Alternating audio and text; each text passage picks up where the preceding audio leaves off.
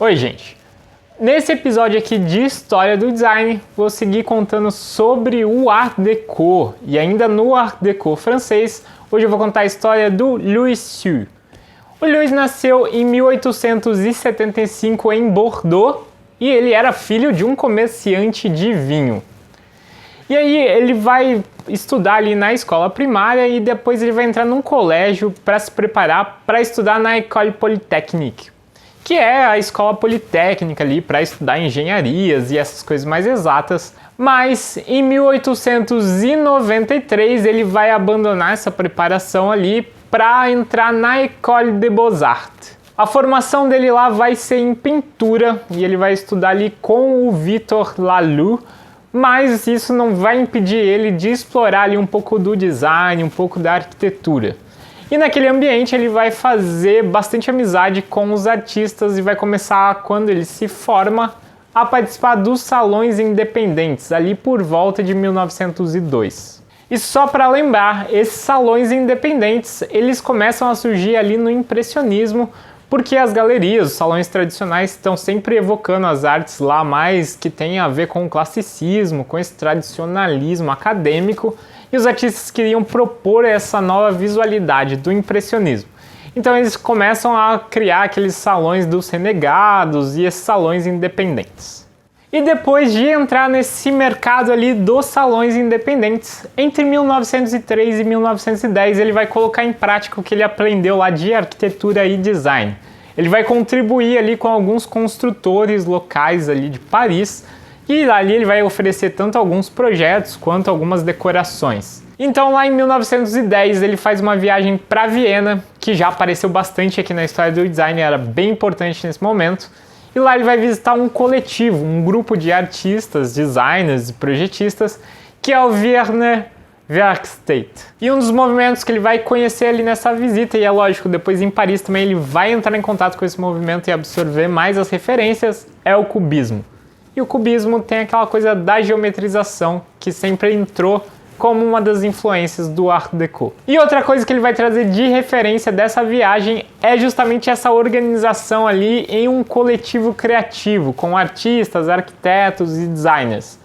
Então em 1912 ele vai fundar o próprio, que é o L'Atelier Français.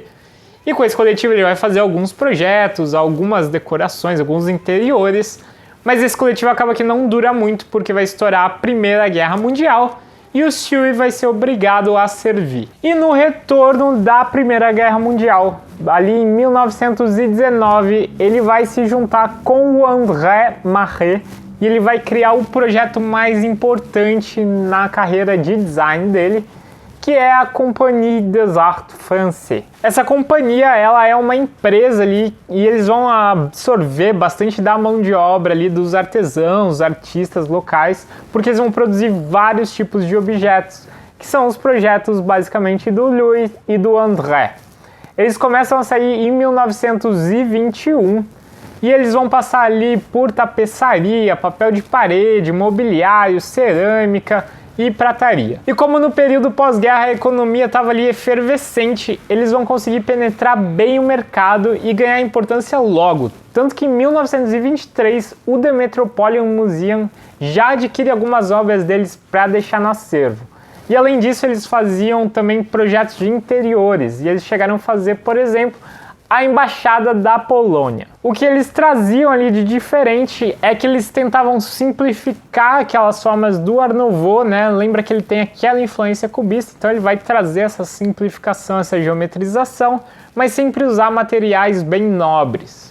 E com essa importância toda que eles adquiriram tão rápido, logo eles tiveram um investidor, que foi o Gaston Monteux, que ele tinha na verdade uma marca de sapatos e decidiu investir nessa companhia.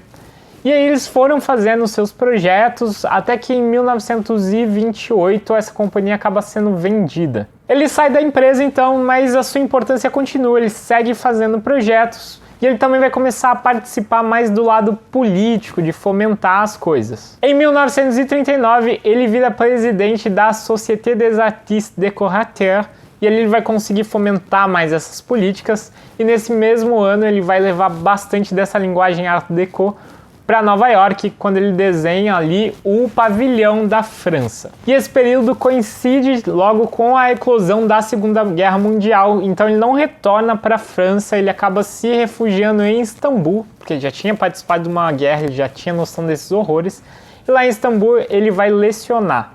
E terminando então a Segunda Guerra Mundial, ele retorna lá para a França, ainda vai fazer mais alguns projetos, mas ele acaba vindo a falecer em 1968. Mas vamos ver então esses objetos que ele desenvolveu, por que eles fazem parte do Art Deco e se ele tem alguma coisa de especial na linguagem dele. E estou então colocando eles aqui do lado.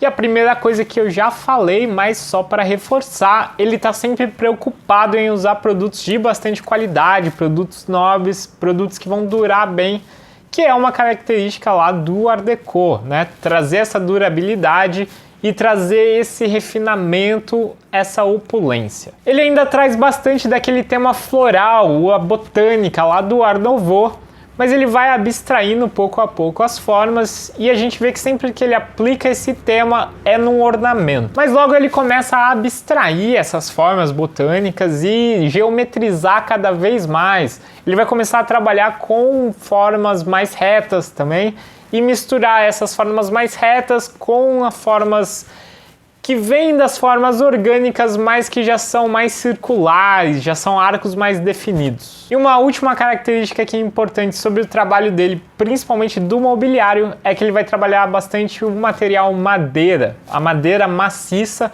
essa madeira maciça nobre, que vai dar essas características de Art Deco. E esse foi um pouco do trabalho do Loisiu. E se vocês quiserem acompanhar mais de história do design, de discussão sobre design e arte, se inscreve aqui no canal. E para quem chegou agora e não me conhece, eu sou designer de produto e principalmente no meu Instagram eu mostro o dia a dia ali do que eu tô criando.